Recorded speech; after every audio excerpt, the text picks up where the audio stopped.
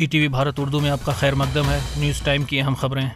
पाकिस्तान की खुसूसी अदालत ने साबिक वज़ीर आज़म इमरान खान और साबिक वज़ीर ख़ारजा शाह महमूद कुरैशी को साइफर केस में मुजरिम करार देकर 10-10 साल कैद की सज़ा सुनाई है।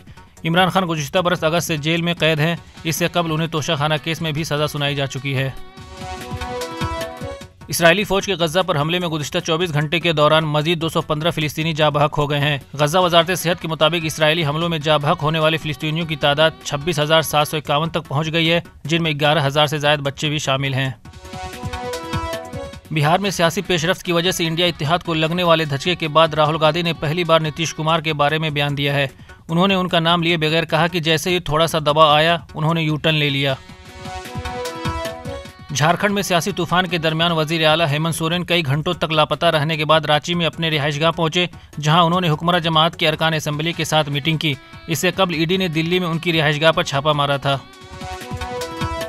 दिल्ली हाई कोर्ट ने ट्रायल कोर्ट से शर्जील इमाम की दरख्वास्त जमानत पर आइंदा माह फैसला करने को कहा है। ये केस शहरियत तरमीमी कानून के खिलाफ अलीगढ़ मुस्लिम यूनिवर्सिटी और दिल्ली के इलाकों में उनकी तरफ से की गई मुबैना इश्तियाल अंगेज तकरीरों से मुताल्लिक है। बीजेपी के जम्मू और कश्मीर में तंजीमी जनरल सेक्रेटरी अशोक कौल ने कहा कि जम्मू और कश्मीर के असेंबली इंतखाबात लोकसभा इंतखाबात के बाद मुनक्किद होंगे। उन्होंने कहा कि बीजेपी जम्मू कश्मीर की 5 पार्लिमानी सीटों पर जीत दर्ज करने की पूरी कोशिश करेगी। सुप्रीम कोर्ट ने जम्मू कश्मीर में दफ़ा 370 और 35A की मनसूखे के वक्त इंटरनेट पाबंदियों के सिलसिले में नज़रसानी के अहकामात को शाये करने का हुक्म दिया है। अदालत उज़्मा की 2 रुकनी बेंच ने फाउंडेशन ऑफ इंडिया प्रोफेशनल्स की एक दरख्वास्त की समाअत के दौरान यह हुक्म सादिर किया। जम्मू के कठुआ जिला के हीरा नगर इलाके में सिक्योरिटी फोर्सेज ने एक IED को बरामद करके नाकारा बना दिया है। सिक्योरिटी फोर्सेज के मुताबिक बम डिस्पोजल टीम ने मुश्तबा IED को नाकारा बनाकर एक बड़े हादसे को टाल दिया है।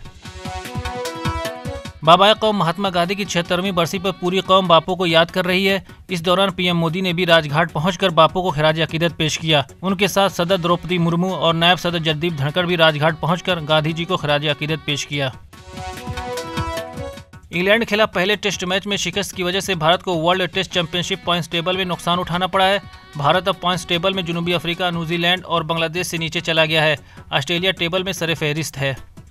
खबरों की ताज़ा अपडेट्स के लिए लॉगिन करें www.etvbharat.com।